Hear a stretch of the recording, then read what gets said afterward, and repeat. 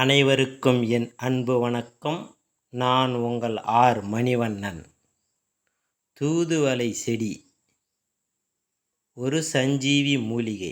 இறைவன் கொடுத்த வரம், தெய்வீக மூலிகை தூதுவளை செடி. இந்த தூதுவளை செடி சாலை ஓரங்களிலும் மற்றும் வேலி ஓரங்களிலும் ஆங்காங்கே முளைத்திருக்கும். ஒரு சிலர் வீடுகளிலும் அதை வைத்து வளர்க்கிறார்கள்.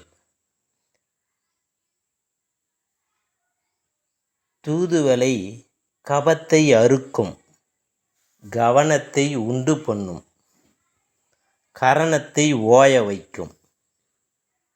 தூதுவளை காயகல்ப மூலிகை என்று சித்தர்கள் கூறுகிறார்கள். தூதுவளை உஷ்ணத்தை தரக்கூடிய ஒரு செடி. தூதுவளை நினைவாற்றலை தூண்டக்கூடியது. தூதுவளையை பச்சையாக சாப்பிட வேண்டுமானால் 3 அல்லது 4 இலை மட்டுமே சாப்பிட வேண்டும்.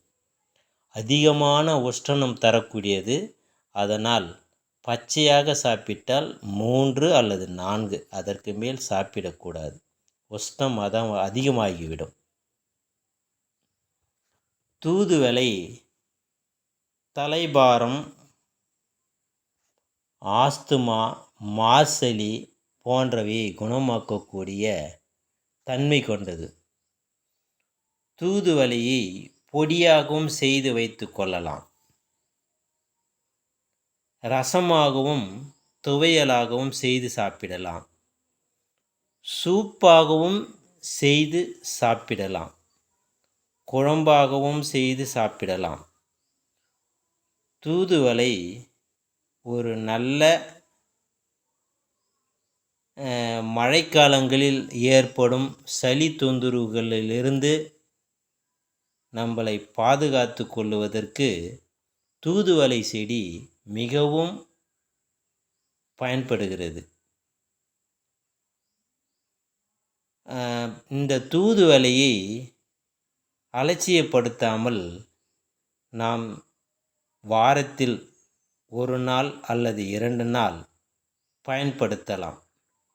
ஆஸ்துமா போன்ற வியாதி உள்ளவர்கள் பொடியாக செய்து வைத்திருந்து சுட தண்ணியில் 1 சிட்டிகை 2 சிட்டிகை போட்டு தினமும் குடித்து வந்தோமானால்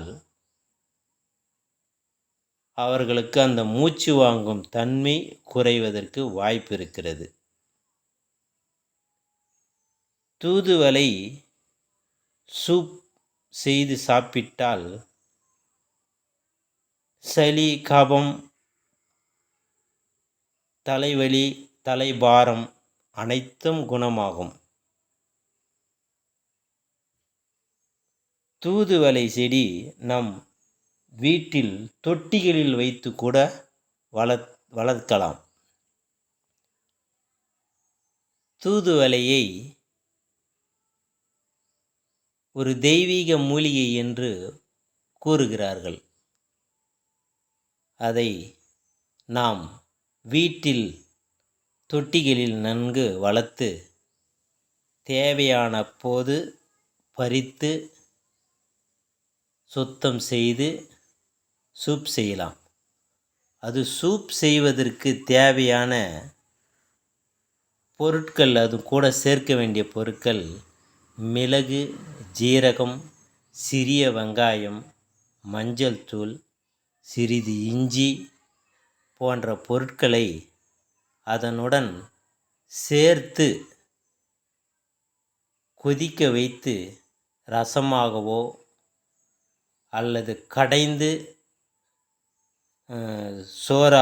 சோறில் பிசைந்து கூட சாப்பிடலாம்.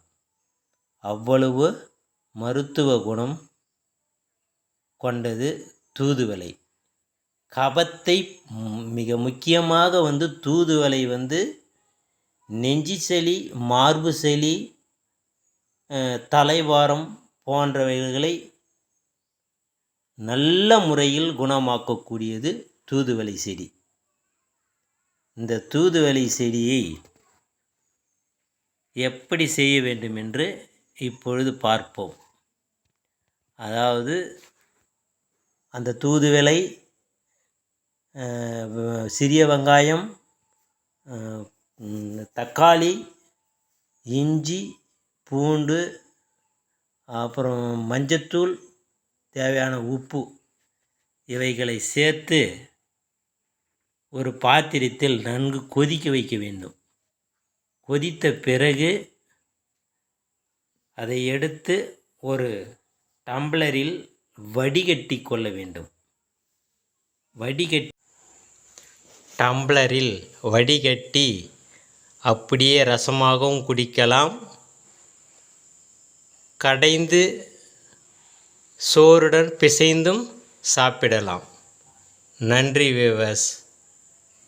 உங்களுக்கு இந்த வீடியோ பிடித்திருந்தால் சப்ஸ்கிரைப் பண்ணவும், லைக் பண்ணவும், ஷேர் பண்ணவும். நன்றி வியூவர்ஸ்.